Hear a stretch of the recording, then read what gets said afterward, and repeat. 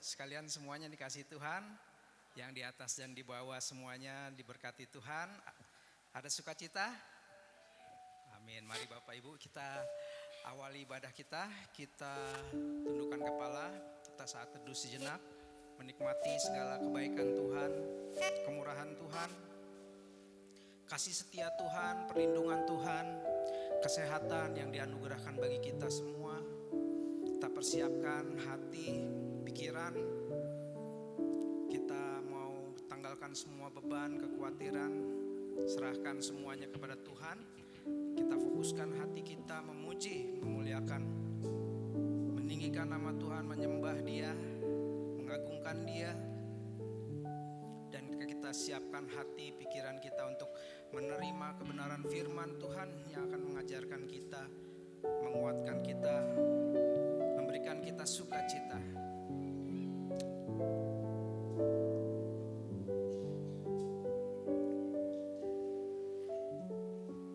Terima kasih Tuhan. Haleluya. Terima kasih Bapak.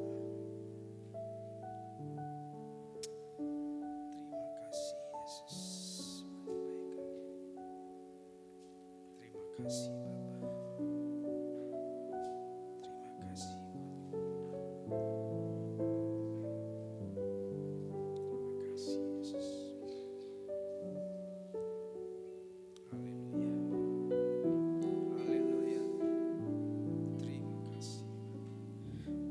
Di surga, terima kasih sekali lagi Tuhan buat segala kebaikan, kemurahan Tuhan, buat perlindungan-Mu Tuhan, buat pagar yang Kau buat sekeliling kami Tuhan dengan malaikat-Mu Tuhan, menjagai keluarga besar kami ya Tuhan, memberi kesehatan kepada kami, nafas kehidupan.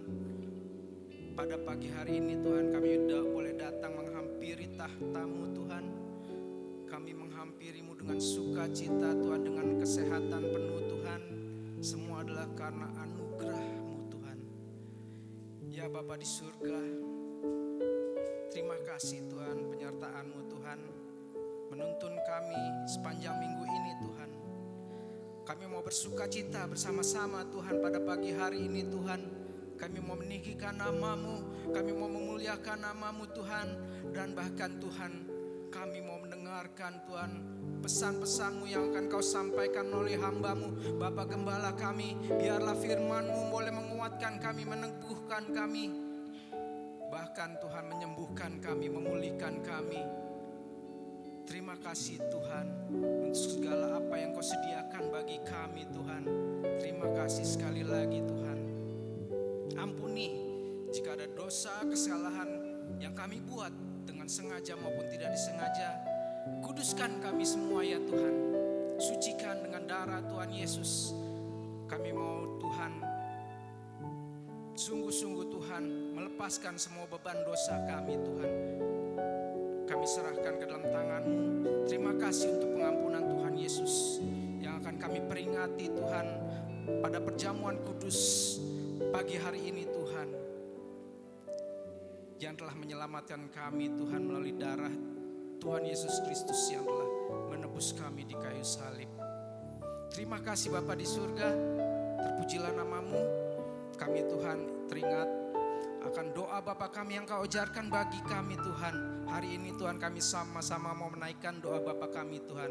Mari Bapak Ibu kita naikkan bersama-sama doa Bapa kami. Bapa kami yang di surga, dikuduskanlah nama-Mu, datanglah kerajaan-Mu, jadilah kehendak-Mu di bumi seperti di surga. Berikanlah kami pada hari ini makanan kami yang secukupnya, dan ampunilah kami akan kesalahan kami seperti kami juga mengampuni yang bersalah kepada kami. Dan janganlah membawa kami ke dalam pencobaan, tetapi lepaskanlah kami daripada yang jahat.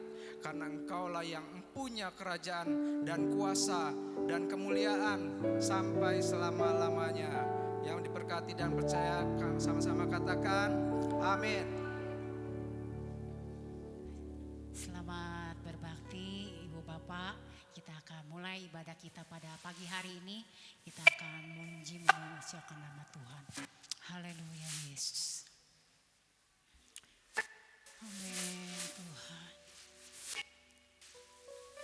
mengucap syukur Tuhan atas kebaikan-Mu Tuhan.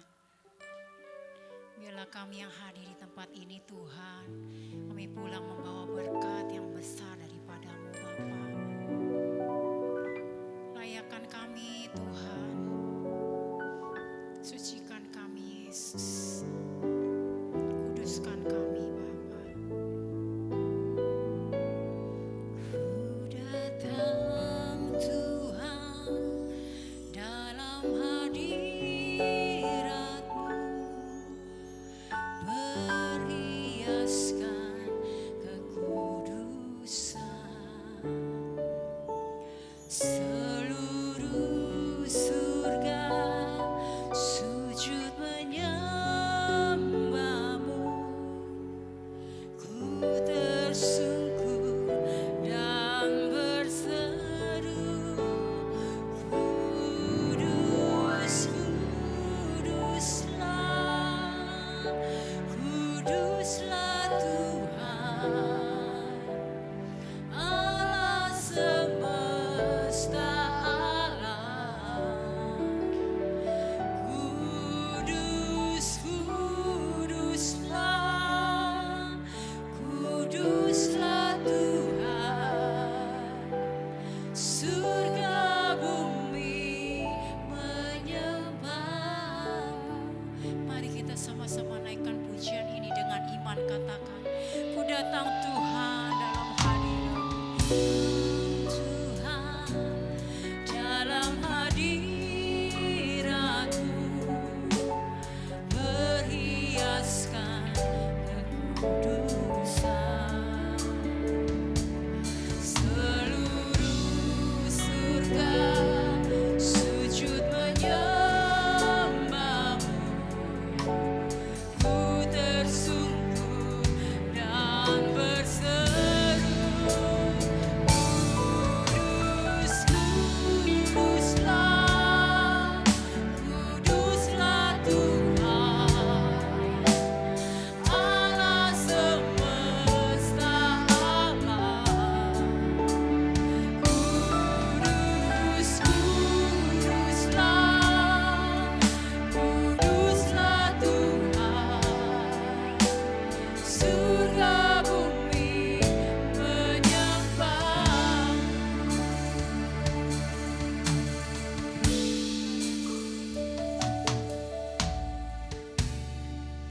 Haleluya Yesus, mari kita sembah Dia. Kita akan serahkan hati kita kepada Tuhan. Kita akan serahkan hidup kita kepada Tuhan. Kuduskan kami Tuhan.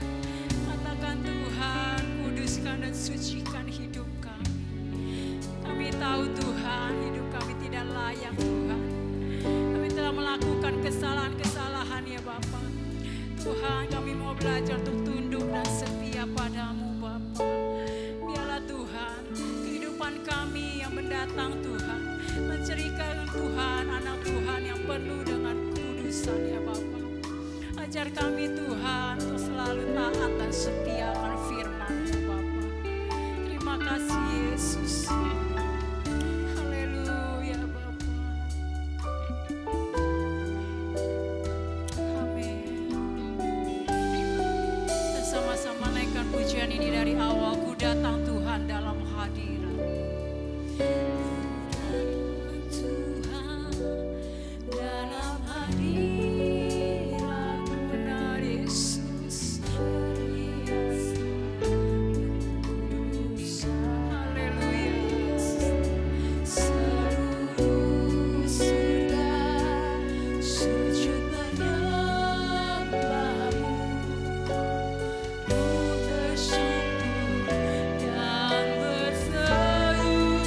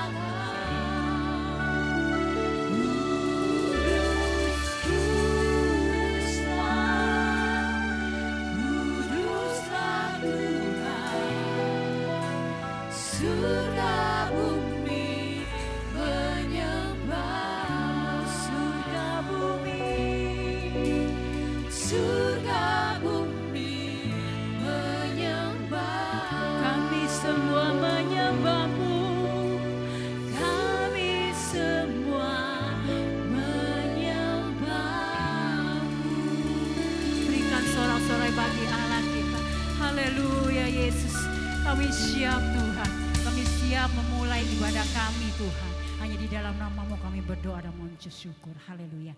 Amin. Terima kasih Ibu Bapak, silakan duduk. Haleluya. Terpujilah nama-Mu Tuhan. Sebab Dia baik bagi kita semua. Amin saudara. Haleluya. Mari semua berikan sorak-sorai bagi Allah kita. Karena Dialah Allah yang layak terima pujian kita. Amin.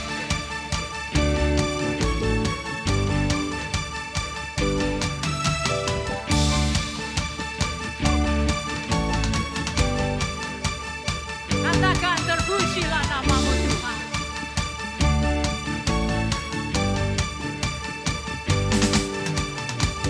Terpujilah nama-Mu Tuhan.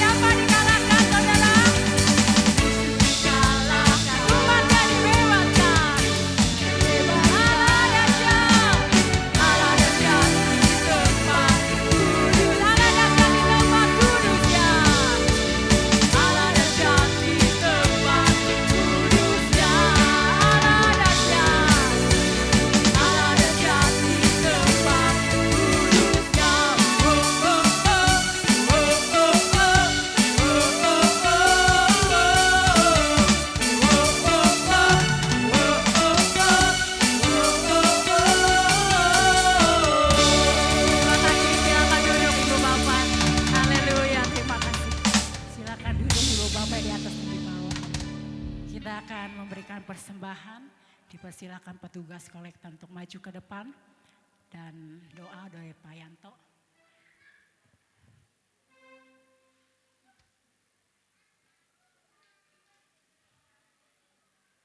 Pak Irwan, silakan Pak Irwan. Mari Bapak Ibu kita siapkan persembahan kita. Bapa di surga, terima kasih kami telah memuji memuliakan nama-Mu Tuhan. Saat ini Tuhan kami ingin menyenangkan hati Tuhan, memberikan yang terbaik ya Tuhan, yang telah Kau berkati kami Tuhan sebelumnya ya Tuhan. Sebagian dari berkat itu Tuhan, saat ini Tuhan kami berikan yang terbaik buat Tuhan. Terima kasih Bapa buat berkat-Mu yang berlimpah. Terima kasih buat kebaikan Tuhan, sehingga kami dapat memberi. Berkati tangan-tangan Tuhan yang akan memberi nanti Tuhan. Kau berkati Tuhan segala persembahan kami, biar berguna bagi kemuliaan nama Tuhan di tempat ini. Terima kasih Bapa di surga, di dalam nama Tuhan Yesus kami sudah berdoa mengucap syukur dan terima kasih. Semua yang diberkati sama-sama katakan amin. Silakan persembahan dijalankan. Sambil dipersiapkan, Shining Kids setelah ini akan naik ke atas untuk menaikkan pujian bagi kita. Amin.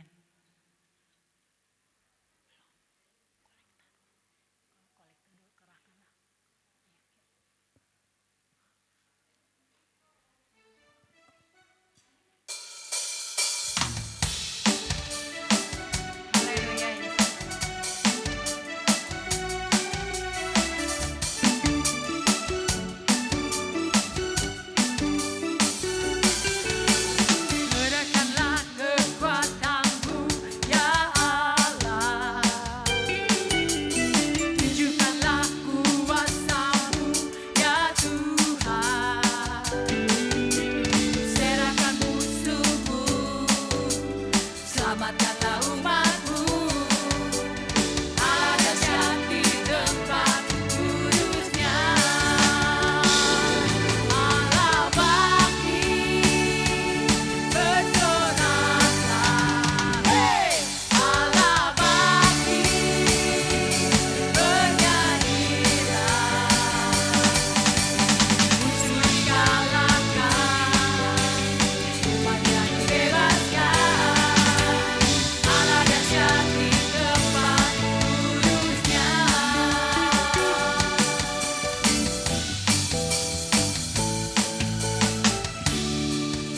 Dipersilakan anak-anak Shining Kids untuk naik ke atas panggung.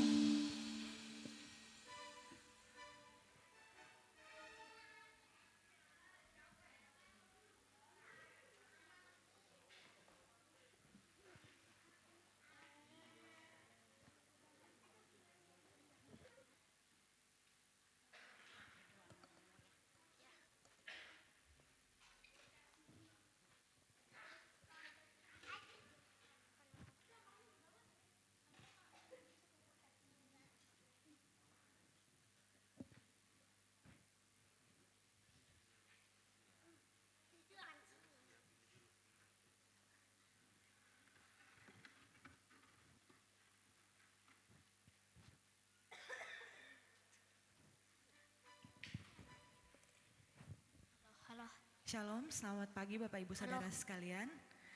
Hari ini kami dari anak-anak Shining Kids akan membawakan sebuah pujian. Semoga pujian ini dapat memberkati kita semua.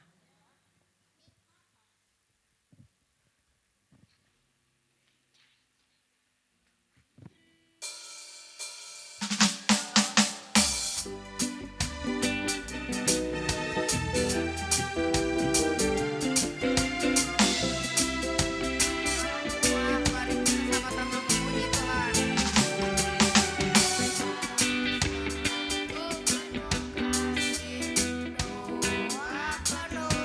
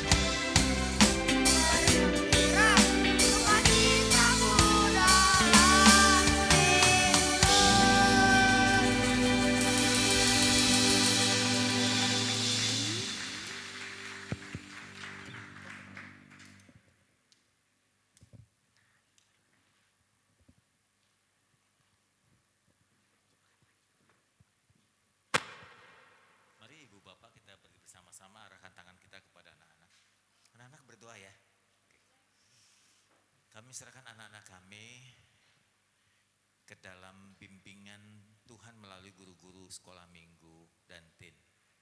Kami berterima kasih untuk orang tua yang beriman, mempercayai anak-anak dalam pengajaran firman dan kebenaran. Orang tua mempercayai bahwa anak akan tumbuh di dalam Kristus sejak awal, sehingga kelak mereka dewasa, mereka tidak akan menyimpang dari jalan Tuhan. Beri hikmat kepada guru-guru sekolah minggu, dimampukan untuk menyampaikan firman Tuhan dan pengajaran-Mu tentang kasih-Mu, tentang karakter-Mu, tentang kedaulatan-Mu, tentang rencana-Mu, tentang apapun yang Kau lakukan bagi anak-anak ini Tuhan. Berkati anak-anak dan berkati guru-guru yang ada. Dalam nama Yesus kami berdoa buat anak-anak ini. Haleluya. Amin. Silakan duduk Bapak Ibu.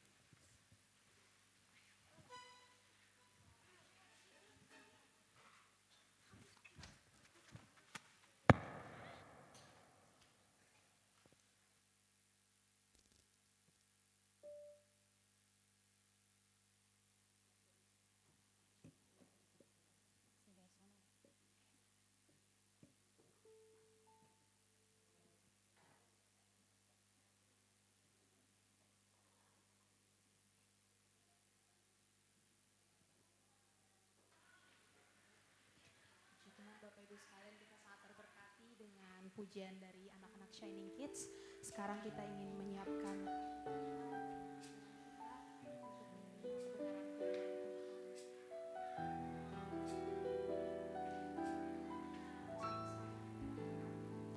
Tuhan, karena Tuhan yang lebih tahu atas segala perjalanan hidup kita, atas segala pergumulan dalam hidup kita, dan kita menyerahkan semuanya ke dalam tangan Tuhan.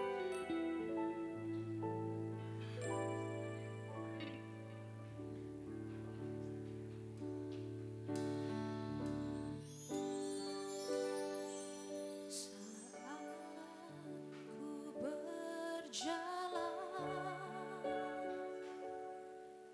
kasih-Mu menerangi langkahku.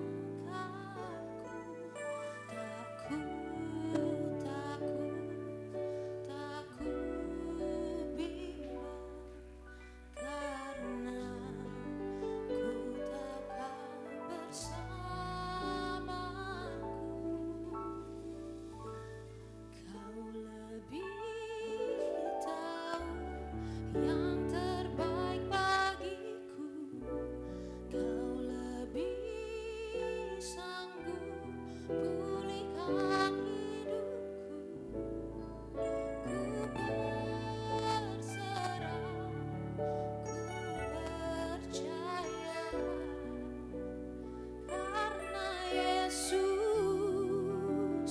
penolong yang setia. Mari kita sama-sama bangkit berdiri. Kita naikkan pujian ini saat ku berjalan. Saat ku berjalan,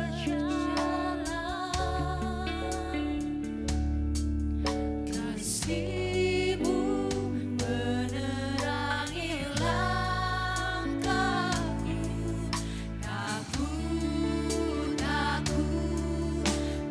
ku bimbang, karena ku tahu Kau bersamaku. Kau lebih tahu yang terbaik bagiku.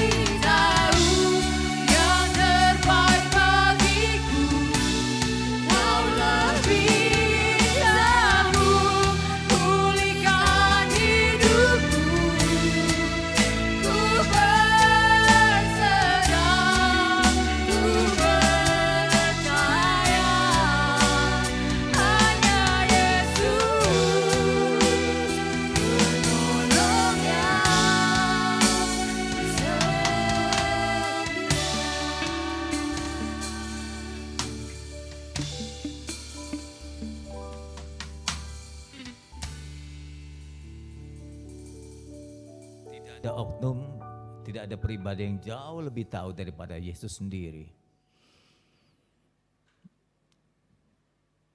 Karena Engkau lebih dekat dari jantung kami ya Tuhan.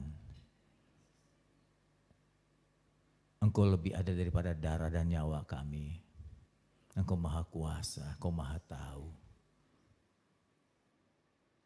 Kami yakini bahwa jalan-jalan kami,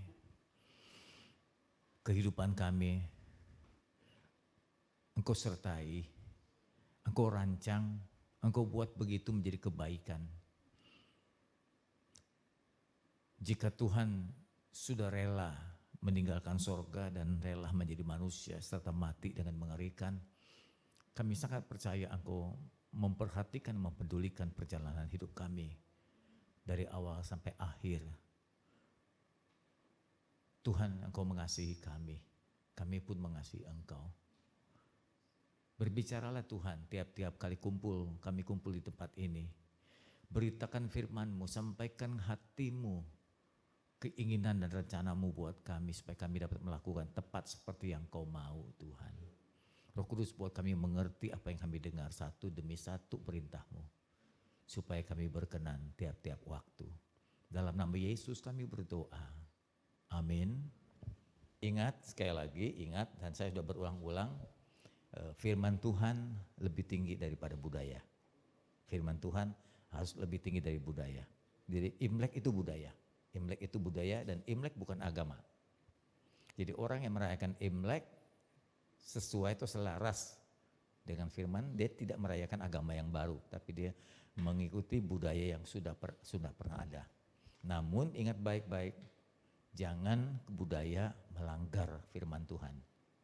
Jadi Anda yang memilah-milah mana budaya yang boleh kita lanjutkan, kita teruskan, dan mana budaya yang harus kita tolak. Ya, perayaan Imlek bolehlah dilakukan sesuai dengan firman Tuhan. Saya rasa bahwa tiap-tiap bangsa, tiap suku punya budaya masing-masing, karena budaya itu kan ciptaan manusia. Jadi karena ciptaan manusia, dia harus lebih rendah kedudukannya dibanding dengan ciptaan Tuhan, firman itu sendiri. Begitu ya Bapak Ibu ya. Baik. Mari hari ini saya ingin membahas tentang keyakinan yang palsu Bapak Ibu. Ini ya, dalam minggu kemarin itu 3 orang yang saya kenal meninggal. Melihat kata ini kan saya berpikir, kalau sudah meninggal itu kan gak bisa balik lagi ya. Gak bisa balik lagi. Jadi kalau kita berbicara tentang keselamatan, ya bicara soal keyakinan, itu sangat menentukan banget gitu, dan itu kekal sifatnya. Sebetulnya keselamatan di dalam Kristus itu bukan main-main, bukan asal ada atau ya enggak apa-apa pilih aja salah satu gitu. Ya kalau yuk percaya Yesus ya syukur, kalau enggak percaya Yesus ya pilih agama lain. Bukan itu persoalannya Ibu Bapak, bukan itu. Jadi kalau engkau tidak percaya Yesus, engkau binasa. Dan setelah engkau nanti pergi ke akhirat, engkau tidak bisa balik kembali. Persoalan ini sangat serius banget.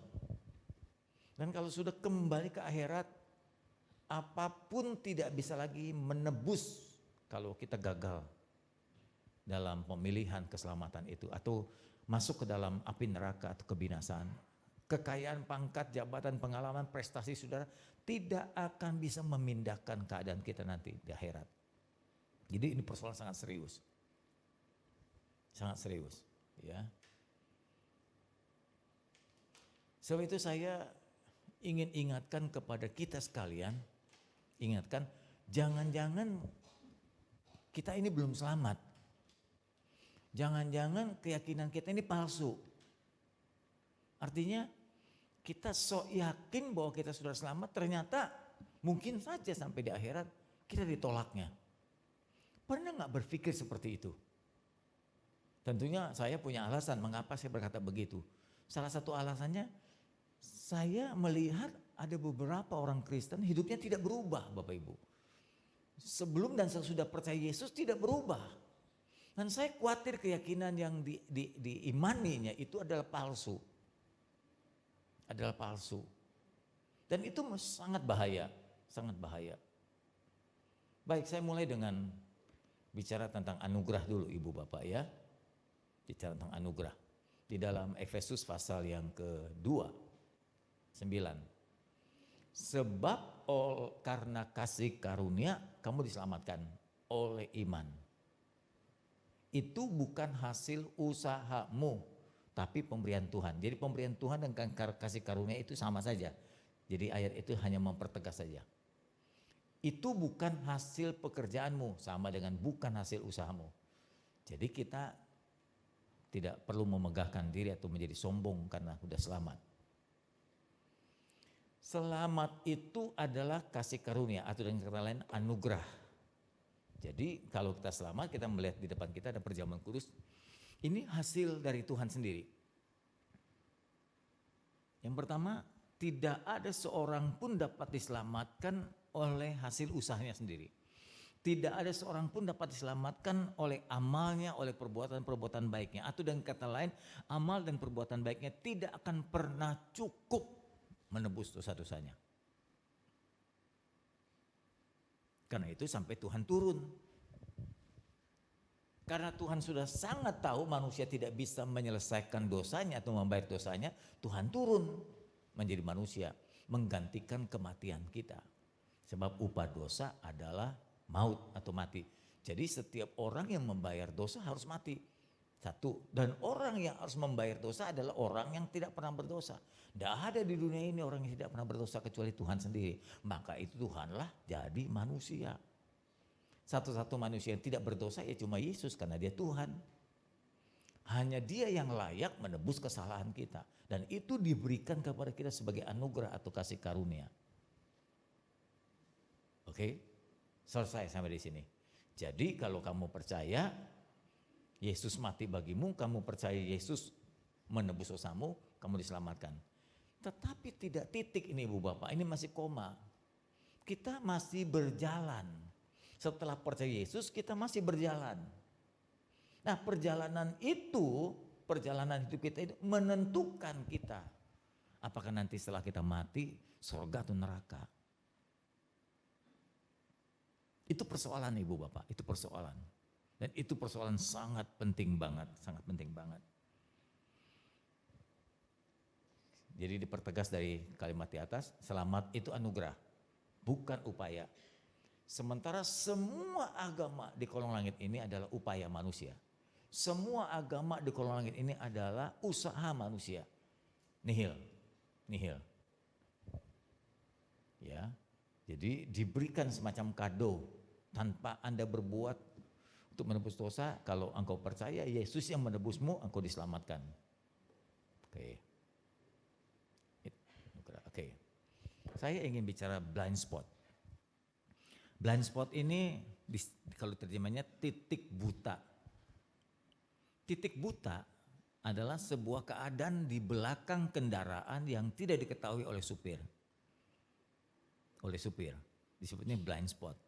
Makanya kendaraan itu dibantu dengan kaca spion. Kiri spion, kanan spion, tengah spion. Tapi walaupun begitu, blind spot tetap ada. Makanya seringkali terjadi kecelakaan. Jadi 69% kecelakaan di jalan itu akibat salah satunya adalah blind spot. Titik buta. Jadi supir enggak tahu di belakang ada apa. Penyebabnya. Spionnya enggak benar, letak spionnya enggak benar. Kedua, barang muatan terlalu tinggi sehingga tidak bisa melihat kendaraan di belakang. Yang ketiga, pemotong jalan atau yang mengambil jalan itu mengambil jalan bukan di sebelah apa? Kalau ambil kanan ya. Kalau mau motong siksak itu kanan ya. Ambil kanan, kebanyakan orang ambil kiri. Jadi supirnya ada di kanan, ngambil potong sebelah kiri. Jadi supir nggak lihat, itu masuk blind spot. Dan itu sering kali menyebabkan kecelakaan di jalan.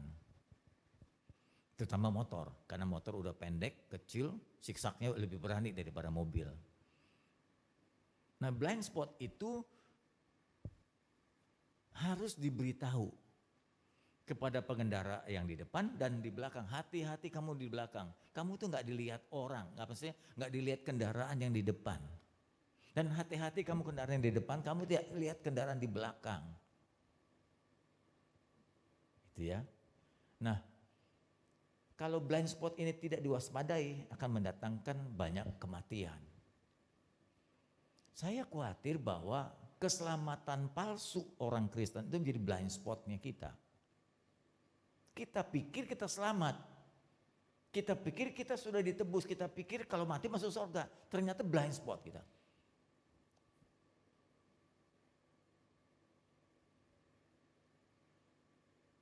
Kebutaan iman kita atau membabi butanya kita, asal percaya saja pasti selamat gitu, tanpa lagi memeriksa, memperhatikan cara hidup kita, itu blind spot kita yang membawa kepada kebinasaan.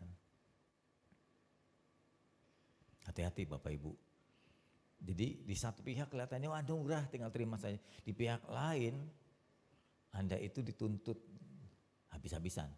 Saya tidak hanya bicara, nanti ada bukti-bukti yang disampaikan oleh Alkitab. Mari kita lihat.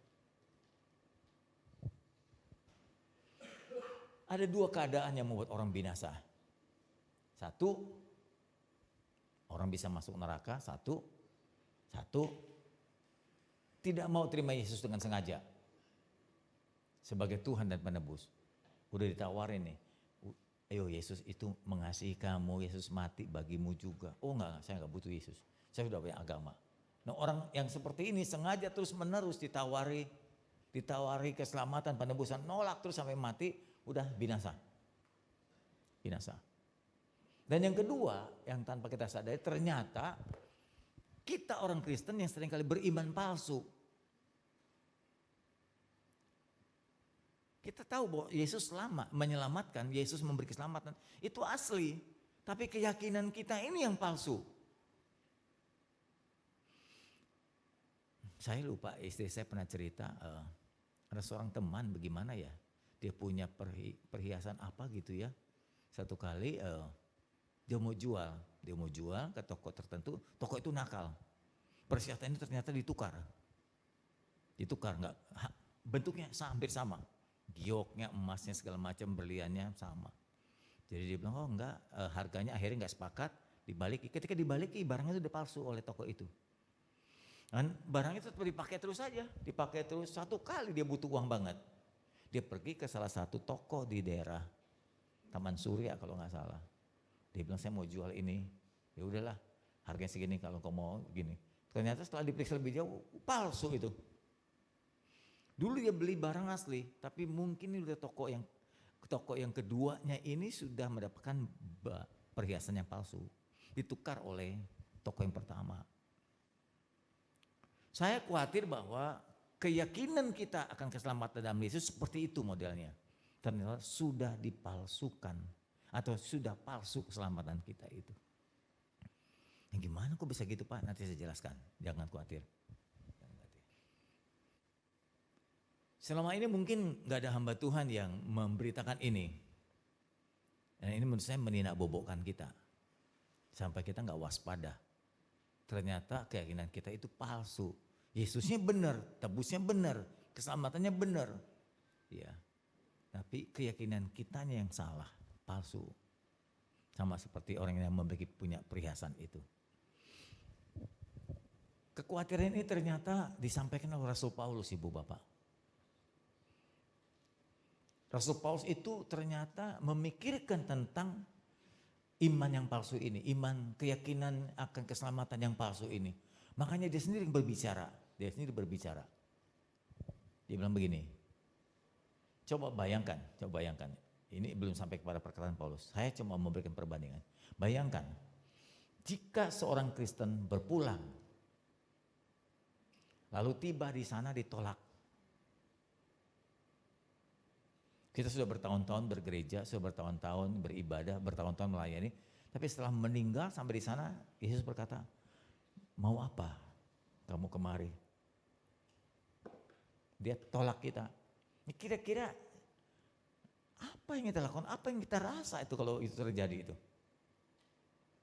Mungkin enggak? Sangat mungkin.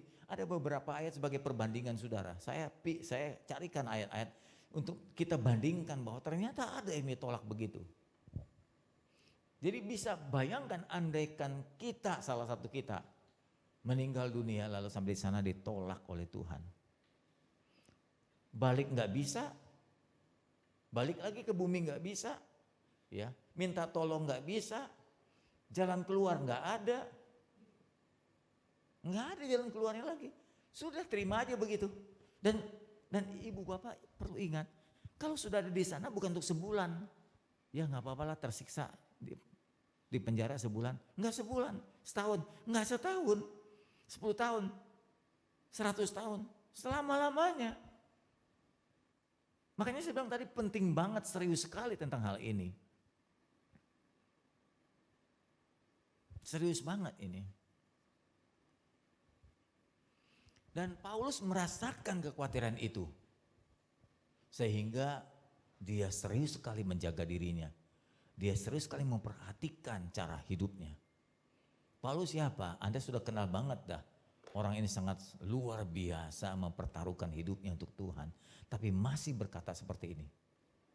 Dalam 1 Korintus 9:27. Tetapi aku melatih tubuhku dan menguasai seluruh hidupku. Supaya sesudah aku memberitakan Injil, aku mengabarkan Injil, aku mengajar, aku berkhotbah kepada orang lain. Jangan sampai aku sendiri yang ditolaknya. Ternyata ini perkataan yang dirasa oleh Paulus, kekhawatiran tentang keselamatan itu. Ini bukan berarti bahwa Yesus tidak menyelamatkan, tidak ada kepastian dalam Yesus. Bukan. Tapi kalau Paulus melihat cara hidup orang Kristen pada zamannya, nggak ada beda dengan zaman sekarang. Paulus khawatir sekali. Jangan-jangan aku Tuhan yang memberitakan Injil. Nanti satu saat aku pulang ke akhirat, aku ditolak Tuhan. Maka itu aku melatih tubuhku. Aku melatih hidup dan menguasainya supaya jangan sampai dikuasai dosa. Jangan sampai aku kalah. Aku tidak bisa menyangkal diri dan memikul salib. Walaupun aku memberitakan Injil kiri kanan bertahun-tahun, tidak jaminan bagiku mungkin bisa ditolak karena aku tidak melatih hidupku begitu rupa.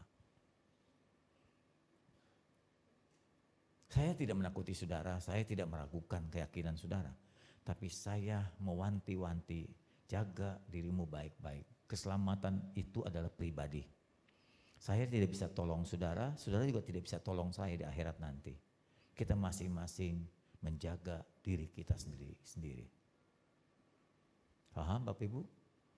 Jadi tak habis-habisnya berpuluh-puluh tahun saya berjuang untuk membuat jemaat tetap survive. Untuk membuat jemaat tetap berkenan kepada Tuhan. Nggak ada lagi kekuatan lain. Saya cuma ini bisa saya lakukan buat saudara, supaya saudara tetap berkenan. Kalau kita banding, tadi pribadi Paulus, sekarang kita banding kenyataan nanti, ini semacam nubuatan.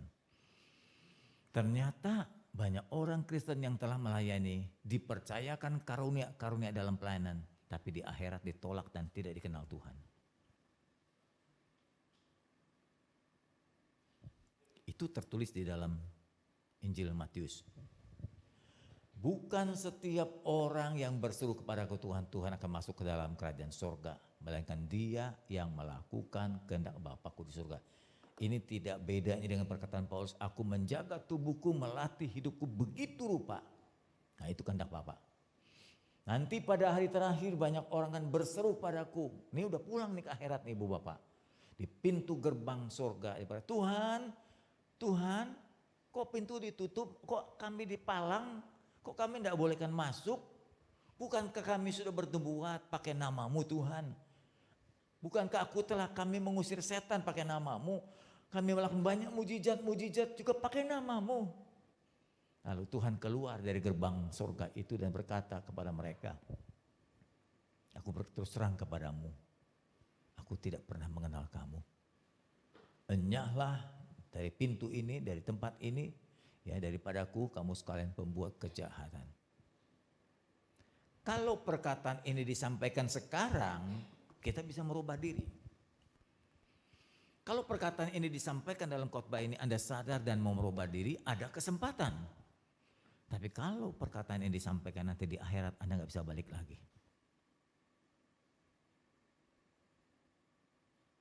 Jadi apa yang dikhawatirkan Paulus ternyata jadi kenyataan semacam nubuat yang pasti terjadi. Dan ini bukan hanya jemaat Bapak Ibu. Tentu kelompok ini kelompok orang-orang lama ini, orang Kristen lama, orang Kristen sudah melayani, punya karunia yang dibanggakan, dikagumi orang, ternyata mungkin juga bisa ditolak. Jadi keselamatannya selama ini mereka yakini palsu. Kayak perhiasan tadi yang mereka pakai terus menerus bertahun-tahun, ketika butuh uang mau dijual ternyata palsu. Sudah ditukar oleh toko yang pertama tadi itu yang jahat itu. Dan saya khawatir keyakinan kita juga palsu tentang keselamatan ini. Belum pernah terbayangkan oleh kita bahwa selama ini kita memegang perhiasan palsu. Selama ini kita memegang iman yang palsu. Mungkin Anda akan tanya, bisa bagaimana tahu ya Pak Samuel? Nanti di akhir khotbah ini akan ketahuan di mana letaknya, di mana kesalahan itu, sehingga kita punya kesempatan untuk memperbaikinya. Bagian kedua kita bahas tentang selamat yang palsu.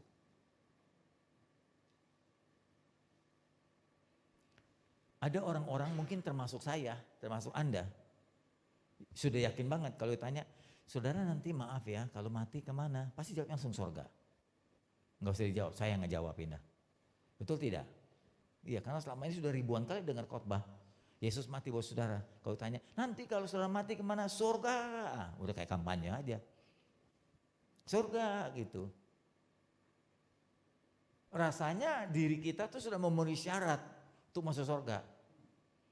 Apalagi tadi berdasarkan Efesus, kan Tuhan yang kasih anugerah itu. Kan Tuhan yang tebus, betul banget. Kalimatnya Tuhan yang tebus. Persoalannya perhiasan saudara selama ini sudah dipalsukan enggak? Atau Anda sudah memalsukan keselamatan itu dengan cara hidupmu?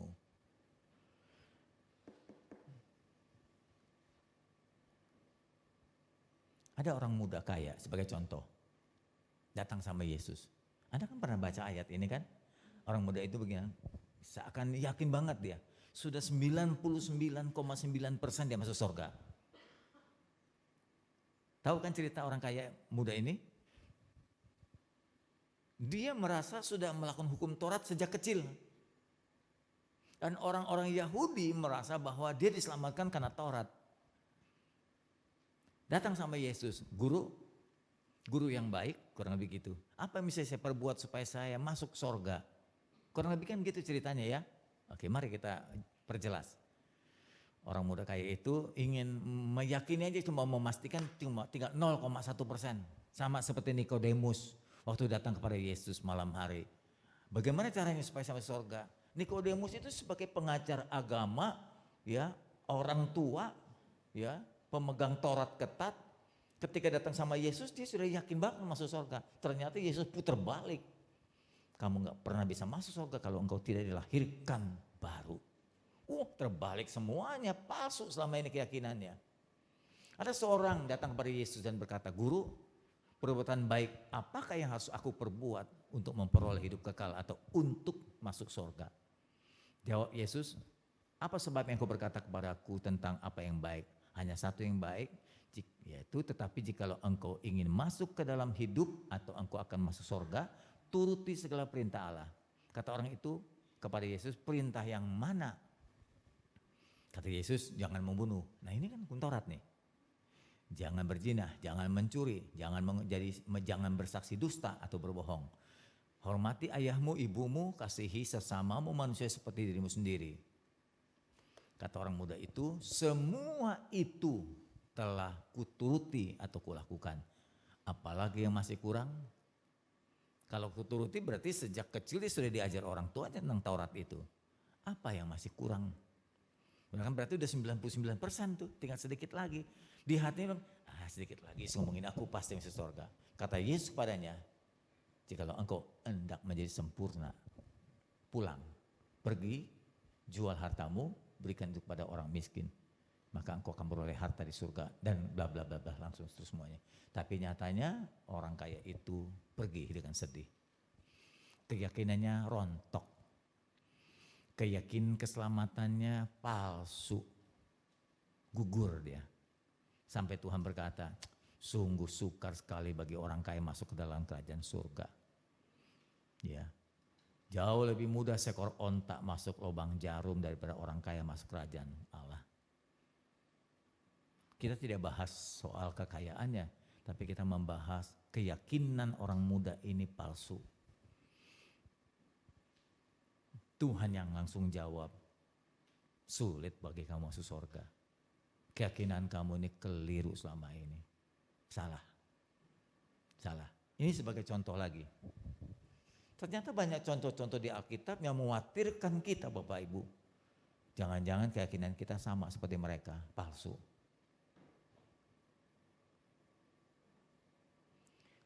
Contoh yang kedua, Anda tahu tentang perumpamaan. Ini perumpamaan. Kalau perumpamaan bukan kejadian sungguh tapi sebagai perbandingan. Ada seorang raja katanya diumpamakan mau menikahkan anaknya. Kan gitu, masih ingat ya? Lalu dia undang orang-orang terhormat, orang-orang kaya. Nah, orang kaya nggak mau diundang, itu ya alasan lah. Dia sibuk lah, ya. Padahal tuan ini udah potong lembu, udah potong ternak-ternaknya, sudah disediakan makanan banyak, tapi undangannya nggak datang. Kesel dia, sampai-sampai yang ngundangnya dianiaya.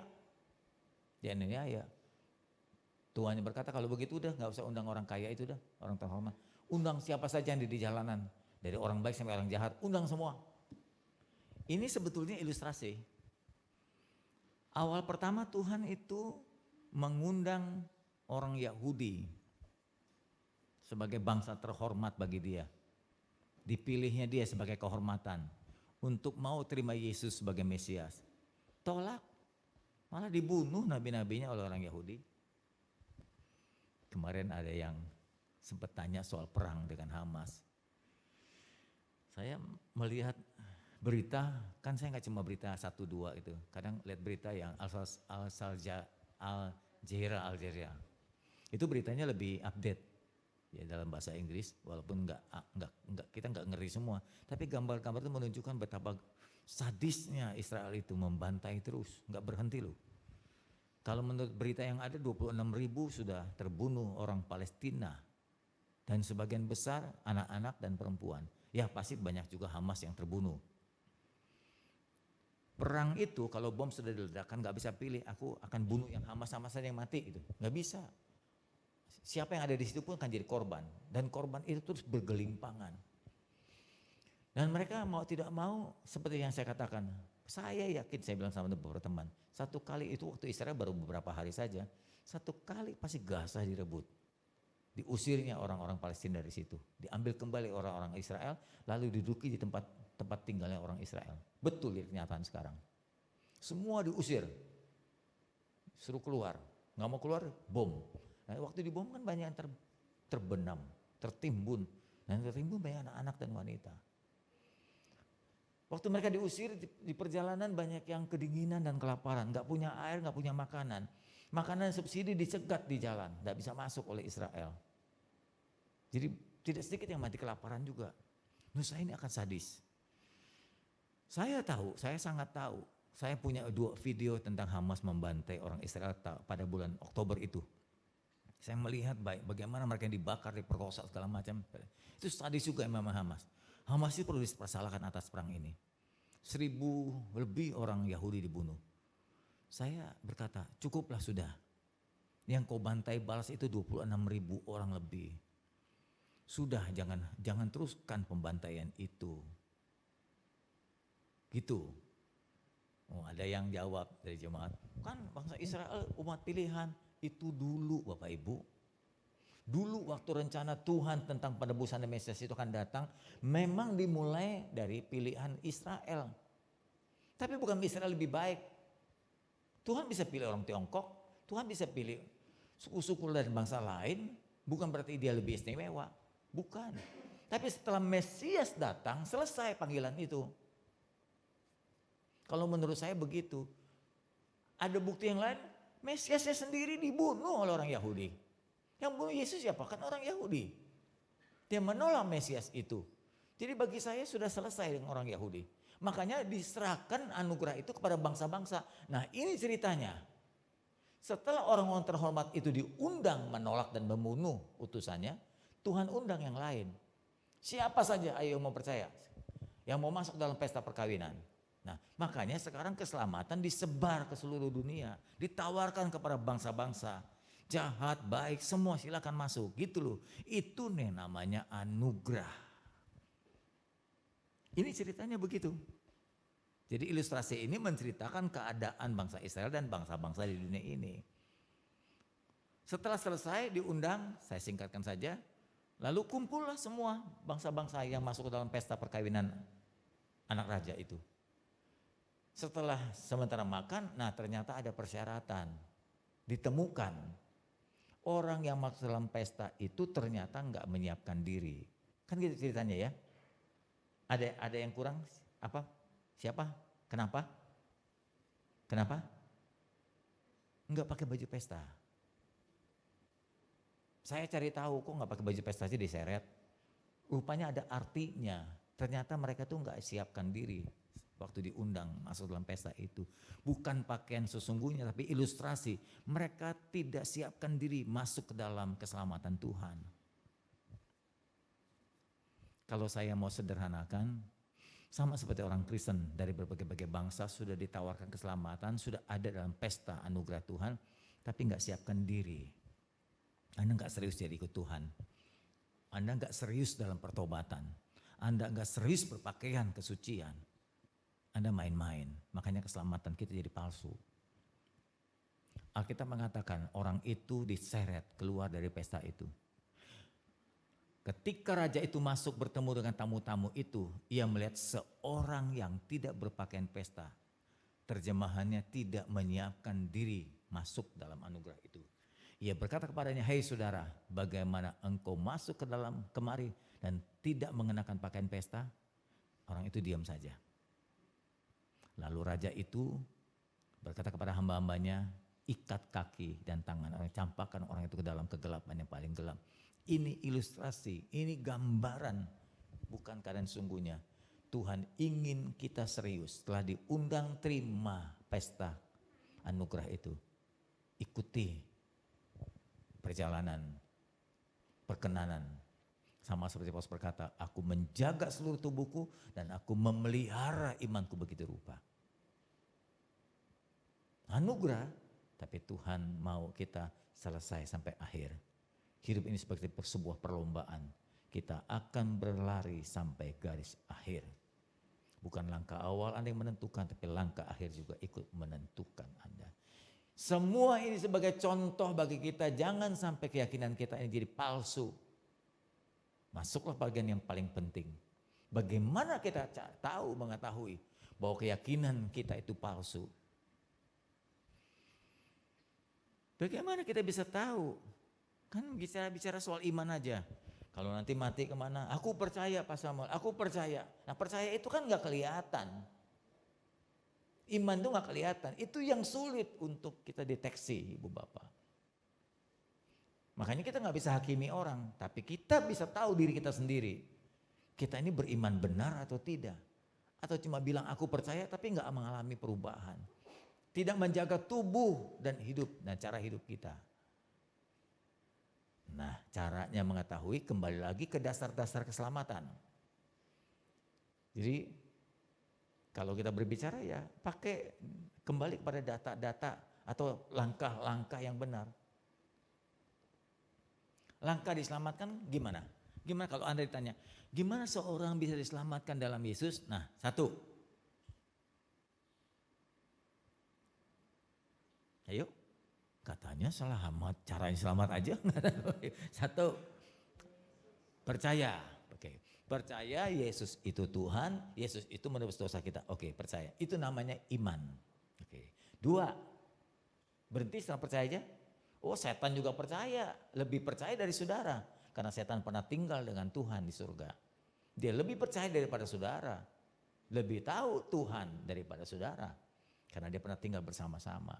Tidak cukup cuma percaya, lalu bertobat. Nah setan gak bertobat Bapak Ibu, itu bedanya. Bertobat, tahu bertobat artinya? No, bertobat itu enggak cukup. Bertobat itu harus dipraktekkan dengan tindakan. Makanya kan ada perkataan, iman tanpa perbuatan mati. Jadi iman yang mati memunculkan keselamatan palsu. Kalau ini perbuatan-perbuatan dosa saya, setelah saya percaya Yesus ditawarkan, oh ya Tuhan aku percaya engkau telah bersusahku. Lalu Tuhan berkata ayo bertobat sama. Nah, makanya saya berbalik tuh. Tinggalin yang belakang ini, jalan ke depan dengan cara hidup yang baru. Sepanjang perjalananku aku menyangkal diri. Sepanjang jalanku aku memikul salib. Karena mungkin banyak hal-hal yang membuat saya menderita. Ikut Tuhan tuh gak gampang. Makanya harus disangkal. Ajak teman-teman, ngajak ke pesta, ajak ke dugem, ajak ini, ajak itu. Dan saya mesti sangkal. No, tidak. Saya sedang meninggalkan dosa yang lama. Tidak. Maaf tidak ya, saya terus berjalan. Gak gampang ini tertatih-tatih. Pikul salib sangkal diri. Jadi Kristen serius. Enggak, kalau enggak serius enggak ada gunanya Anda beribadah juga.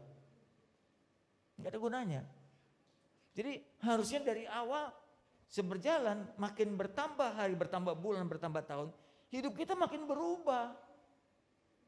Harus ada perubahan dan perubahan itu dirasa oleh kita, dilihat oleh orang lain. Nah itulah tanda bahwa kita memang masih menjaga keselamatan kita yang asli. Kalau tidak, kita sama terus di sini aja. Aku udah percaya kok Yesus, aku percaya tapi nggak ada perubahan, nggak ada langkah maju. Palsu keselamatan kita. Kita cuma bilang aku percaya, tapi aku tidak pernah berubah. Jadi percaya Yesus secara yang bertobat. Bertobat itu mengambil langkah meninggalkan yang lama dan mulai mengikuti yang baru. Makanya ada gereja, ada firman Tuhan ini mengajarkan hal-hal yang baru. Langkah-langkah kita sambil menyangkal dan pikul salib. Sambil menyangkal pikul salib terus begitu. Program-program yang ada membantu kita. Abraham membantu kita. Ini Yusi juga yang perbaiki ini. Terima kasih Yusi. Jadi bagus kan Abrahamnya? Bagus. Tahu? Nggak tahu dibaca nggak? Sekarang pasal berapa? Kitab apa sekarang? Kitab Koping Ho. Hah? Keluaran pasal berapa? Oke, itu yang baca tuh, yang nggak baca diem aja dia, nggak tahu karena ketinggalan. Dibaca, ini membantu kita. Karena waktu perjalanan ini, waktu kita baca Alkitab itu diingatkan pagi-pagi. Waktu baca diingatkan firman, waktu baca diingatkan firman. Sehingga langkah kita jadi nggak salah. Karena kemungkinannya kita bisa nyeleweng ke kiri, nyeleweng ke kanan kalau nggak baca Alkitab. Atau kalau Anda punya waktu rajin, buka lagi YouTube. Dengerin khotbah Pak Samuel tuh, mungkin nanti digugah lagi. Nah membantu kita jalan lebih lurus lagi pada rel yang benar. Gitu. Sampai nanti diharapkan titik terakhir di gerbang kematian. Kita masuk dengan kata, aku sudah siap Tuhan. Gitu. Aku sudah siap Tuhan. Ketika kematian datang, aku tersenyum, bukan terkejut. Karena sepanjang perjalanan aku sudah mempersiapkan diri, membekali diri. Makanya saya sering kali tanya, nanti kalau kematian datang Anda tersenyum atau terkejut? Kalau tersenyum berarti Anda selama ini perjalanan sudah siapkan diri. Kayak Paulus berkata, aku menjaga tubuhku dan hidupku begitu rupa. Ketika aku sampai di gerbang akhir, aku tersenyum ketika maut datang menghampiri aku dan menjemput aku. Begitu Bapak Ibu. Langkah pertama, aku percaya Yesus mati bagiku. Kita hampiri dia, kita akui dosa kita. Bukan cuma itu, ngaku dosa, percaya Tuhan, ke gereja. Ini gak cukup baru langkah pertama, langkah awal. Langkah berikutnya bertobat. Bertobat, tinggalkan yang lama. Jangan buat yang baru. Tinggalkan yang lama, terus melangkah dengan benar. Melangkah dengan benar. Sampai kita di akhir garis pertandingan kita. Langkah ketiga adalah berubah,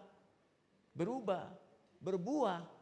Sebab kalau Anda berkata, oh Pak Samuel saya udah bertobat loh, nggak minum lagi, tapi masih judi, ya nggak berubah berarti dong.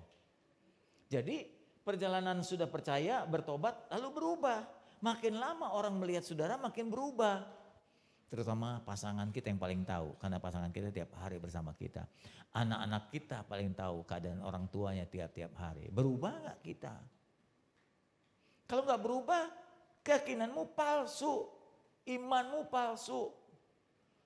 Ibu gak tahu sekarang nanti ketika Anda pergi ke toko perhiasan lain baru ketahuan. Barang ibu palsu nih, barang bapak palsu ditukar orang. Sama kayak keselamatan, ketika Anda sudah di gerbang kematian, Tuhan tolak, palsu ternyata kita punya keselamatan. Karena sepanjang perjalanan kita tidak menjaga perhiasan keselamatan kita. Tahu dari mana? Lihat ada nggak perubahan. Lihat ada nggak buah-buahnya. Jadi Kristen itu bukan cuma kewajiban, tapi perubahan. Orang-orang berbuat baik supaya dosanya diampuni. Kita berbuat baik bukan untuk dosa diampuni. Sudah diampuni lalu kita diubah. Dosa saya sudah diampuni, saya berubah. Tanpa disuruh saya pasti berbuat baik karena saya menjaga perjalanan hidup saya dengan berbuat baik. Tanpa disuruh, bukan karena perintah agama, tapi karena kodrat saya sudah berubah. Kalau Anda tidak berbuat baik berarti kodratmu belum berubah. Gak usah disuruh. Makanya kalau ini ada sumbangan, ada tabungan, ada kumpulan, gak usah disuruh. Kalau orang berubah mah, dia tergerak dengan sendirinya. Perintah-perintah Tuhan gak usah disuruh, orang udah berubah. Figurnya, kodratnya sudah baru, cara berpikirnya baru. Tapi kalau diperintah terus masih juga gak berubah, gak melakukan, ya jangan-jangan masih kodrat lama, belum bertobat, apalagi berubah. Keyakinannya, Kristennya cuma KTP. Jangan-jangan keyakinan palsu itu. Saya khawatir kayak Paulus berkata, jangan, aku ditolaknya. Jadi kalau sudah kelihatan hidup kita jadi garam, kita jadi terang, kita jadi berkat, ya itu tanda-tanda tuh keselamatan kita asli. Tapi kalau nggak ada perubahan, Kristen kita 10-20 tahun tetap sama, menyusahkan orang, menyakitkan orang, berarti Anda itu punya keselamatan palsu. Hati-hati, siap-siap saja. Jangan salahkan gembala, jangan salahkan gereja. Gereja dan gembala sudah mengajar 20 tahun di tempat ini, hampir 20 tahun. 18 ya sini ya. Oke, yang di Palam 20 tahun. Saya sudah mengajar 44 tahun lamanya. Rasanya lebih dari cukup. Tapi saya berharap kita akan berubah dan keyakinan kita tidak palsu. Sakit hati loh ibu bapak. Kalau saya dengar si ibu tadi membawa perhiasan ke toko yang berikutnya, dia bilang palsu. Aduh sakit banget dia. Saya dulu beli mahal perhiasan ternyata dipalsukan orang. Sakit. Sama sakitnya ketika Anda nanti menghadap Tuhan. Sampai di sorga ditolak. Mau gimana lagi? Balik ke bumi gak bisa. Gak ada orang yang menolong, kiri kanan pendeta juga gak tahu di mana. Gak ada koneksi, sendirian tanggung. Dan dia sakit seumur hidup. Tidak ada kesempatan lagi. Jangan salah. Jangan salah. Mari. Saya sih berharap ketika Anda berkata, aku percaya Yesus. Itu berarti ketika aku berkata, aku percaya Yesus. Berarti seluruh keberdosaan telah mati dan dikuburkan. Sudah mati. Kalau mati jangan bangkit lagi. Mulai bangkit dengan hidup yang baru. Ayo ibu-ibu bapak perhatikan cara hidupmu. Engkau punya gaya hidup yang baru atau engkau masih tetap dengan hidup yang lama. Mari kita tunduk kepala. Para pelayan Tuhan maju ke depan, kita siapkan diri masuk ke dalam perjamuan. Kita naikkan sebuah pujian. Mari. Sebelum berdoa, saya ajak Anda menaikkan sebuah pujian yang mengajak kita untuk hidup baru. Ku telah mati dan tinggalkan cara hidupku yang lama.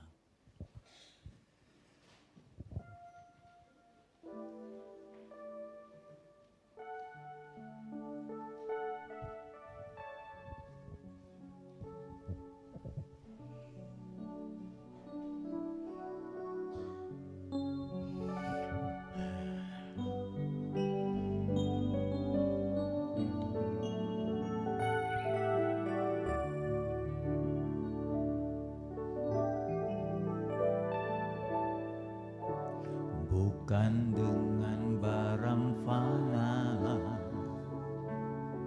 Kau membayar dosaku, dengan darah yang mahal, tiada noda dan celah. Bukan dengan emas perak Kau menebus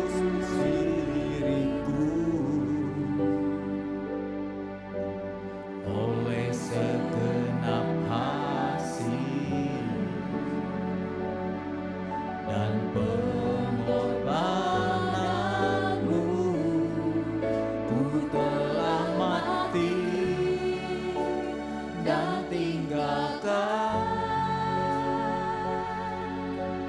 cara hidupku yang lama. Semuanya sia-sia dan tak berarti lagi. Hidup ini ku letakkan pada mezbah-Mu ya Tuhan. Jadilah padaku seperti yang Kau ingini. Tuhan, kami menyadari supaya kami berwaspada hati-hati dalam perjalanan hidup mengiring Tuhan. Kami bertanggung jawab pada diri kami sendiri. Kami bertanggung jawab atas keputusan kami, percaya kepada-Mu sebagai juru selamat kami, penebus dosa kami. Kami bertanggung jawab merawat, memelihara, menjaga hidup kami agar iman kami tidak menjadi mati, tapi diwujudkan dengan perubahan dan perbuatan yang berdampak baik. Sebentar kami akan menikmati perjamuan, dengan begitu kami diteguhkan kembali, diingatkan kembali kami telah ditebus dan dibayar dengan sangat mahal dengan nyawa-Mu Tuhan. Kami menghormati penebusan-Mu, kami menghargai penebusan-Mu dengan menjaga hidup kami tiap hari berkenan kepada Tuhan. Jemaat Tuhan, dengar baik-baik firman Tuhan hari ini. Ini peringatan bagimu yang tidak berubah. Ini peringatan bagimu yang tidak mau berubah. Jangan mengambil langkah salah terus. Berubahlah. Kesempatan masih ada. Mungkin tidak terlalu banyak. Gunakan kesempatan yang tersisa ini untuk mengubah diri jadi berkat. Tunjukkan bahwa engkau percaya Tuhan. Bukan dengan percaya saja, tapi perbuatanmu, sikap hidupmu, cara hidupmu. Berubahlah, karena iman tanpa perbuatan mati. Jangan terus simpan keselamatan palsumu. Jangan engkau terlalu yakin engkau selamat tanpa dibuktikan dengan perubahan hidupmu. Kiranya perjamuan kudus ini mendorong, membantu kita, selalu ingatkan kita untuk berubah. Semakin menyerupai Kristus. Berkati pelayan-pelayan Tuhan yang menerima perjamuan ini dalam nama Yesus. Amin. Ku telah mati dan tinggalkan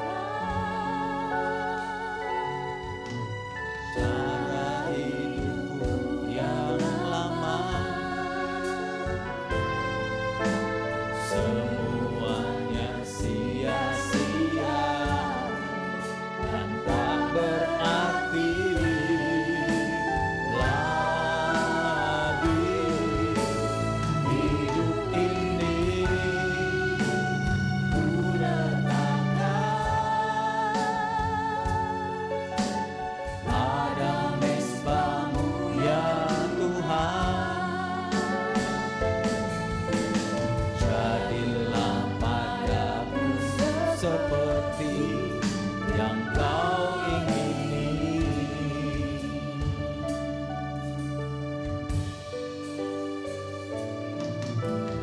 Bukan dengan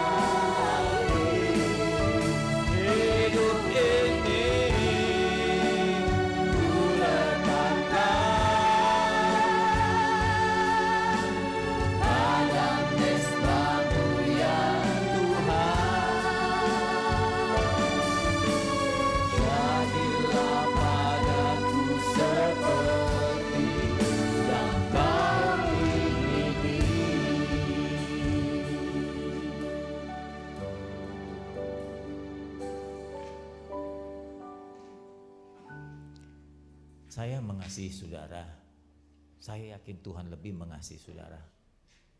Jangan sampai kematian Tuhan jadi sia-sia. Jangan engkau ditipu oleh kepalsuan keyakinanmu.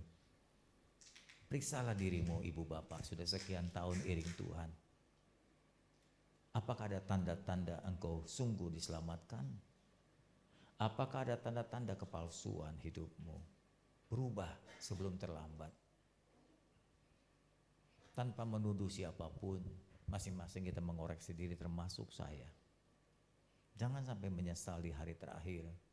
Karena kalau sudah berpulang kita tidak akan bisa kembali lagi. Hidup ini adalah kesempatan terakhir. Dan kesempatan ini diberikan Tuhan buat kita. Tuhan baik beri kesempatan buat kita untuk merubah diri. Jangan sampai tersesat dan terlambat. Adakah di antara saudara yang belum mendapatkan roti dan anggur? Kalau sudah semua, mari angkat roti kita di tangan kanan dan anggur di tangan kiri kita. Firman-Nya berkata demikian, apa yang telah kuteruskan ini kepadamu, aku terima dari Tuhan. Bahwa Tuhan pada waktu akan diserahkan, dia mengambil roti. Sesudah itu ia mengucap syukur atas roti ini demi kebaikan kita, demi keselamatan kita. Dan dia memecah-mecahkannya dan berkata, inilah tubuhku, diserahkan bagi kamu sekalian, perbuatlah ini untuk mengingat akan pengorbananku. Mari kita makan bersama-sama di dalam nama Tuhan Yesus Kristus.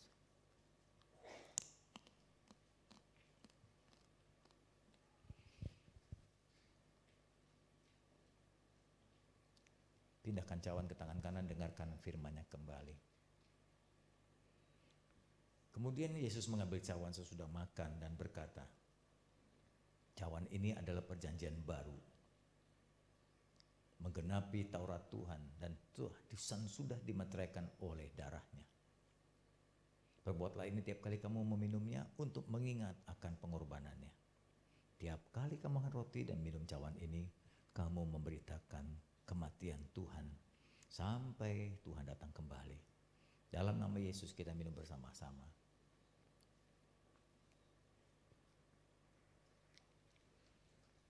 Terima kasih Tuhan. Terima kasih. Perjamuan ini membantu kami mengingat Tuhan telah membayar mahal. Tuhan mau kematian tidak sia-sia. Kematian ini cuma sekali saja. Ayo jangan abaikan. Jagalah tubuhmu, peliharalah hidupmu sedemikian rupa. Latih sebaik mungkin dengan sangkal diri dan pikul salib. Hiduplah yang lurus dan tetap berhati-hati. Tuhan menyembuhkanmu, Tuhan menolongmu, Tuhan menyertaimu, Tuhan memberkatimu. Hargai dan hormati semua pengorbanan Tuhan. Jadilah kesayangan Tuhan, tetaplah berkenan tiap-tiap hari. Dalam nama Yesus kami berdoa. Amin. Silakan duduk. Puji Tuhan.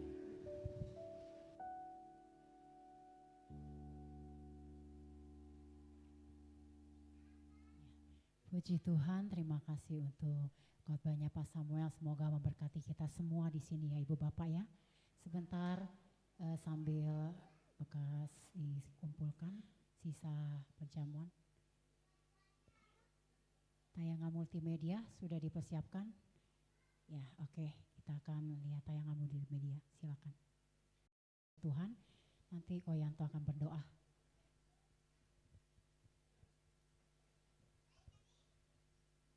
Mari Bapak Ibu semuanya, mari kita persiapkan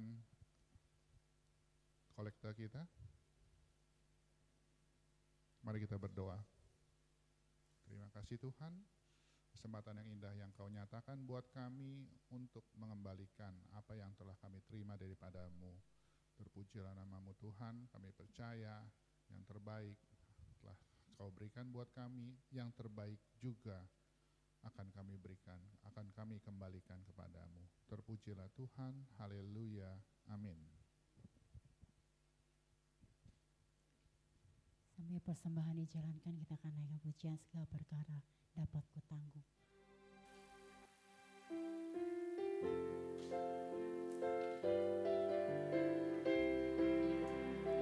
Segala perkara dapat kutanggung di dalam Dia yang memberi kekuatan. Tuhan Yesus penolong dan sahabat. Tetap percaya Tuhan setia segala perkara. Segala perkara dapat kutanggung di dalam Dia yang memberi kekuatan. Tuhan Yesus penolong dan sahabat. Tetap percaya Tuhan setia. Tetap percaya Tuhan setia.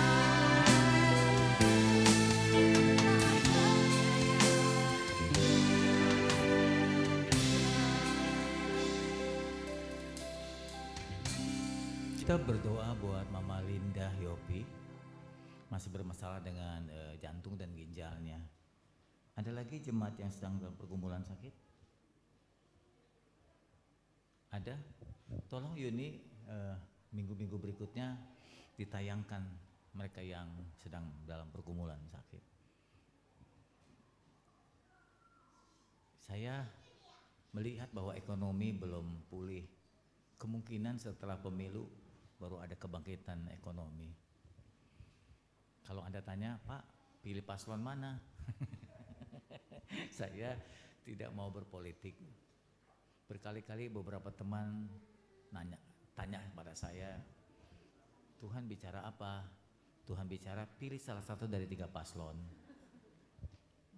Saya tidak akan anjurkan Anda pilih mana, tapi pertimbangkanlah yang membuat negeri ini berjalan tetap baik, pembangunan berjalan baik, gitu ya.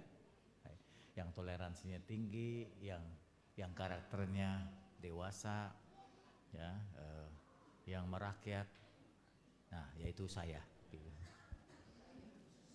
Mari kita makin berdiri, kita akhiri ibadah kita. Puji Tuhan. Jemaat di atas di bawah, bawalah pesan Tuhan ini, renungkan baik-baik apa yang Tuhan sampaikan pada hari ini kepada kita. Ini penting sekali, menentukan kehidupan kita setelah kehidupan di dunia ini. Jangan salah langkah, jangan salah percaya. Jangan tanggung mengikut Tuhan. Setelah engkau percaya bertobat, tunjukkanlah perubahan. Biarlah hidup Anda membuat Tuhan tersenyum tiap hari. Melihat anak-anak yang menyenangkan hati Tuhan. Angkatlah kedua tanganmu, jemaat Tuhan yang di atas dan di bawah, dan terimalah penyertaan, kepedulian, kasih-Nya. Tuhan memberkatimu. Tuhan menyinari engkau dengan wajah-Nya. Tuhan berkata, aku berkenan kepadamu dan menyayangi engkau. Tuhan berikan kasih-Nya dalam Bapa, cinta Yesus yang tak pernah berubah, perlindungannya dalam kekuatan Roh Kudus, hari ini, besok, dan sampai selama-lamanya. Haleluya. Amin. Selamat hari Minggu.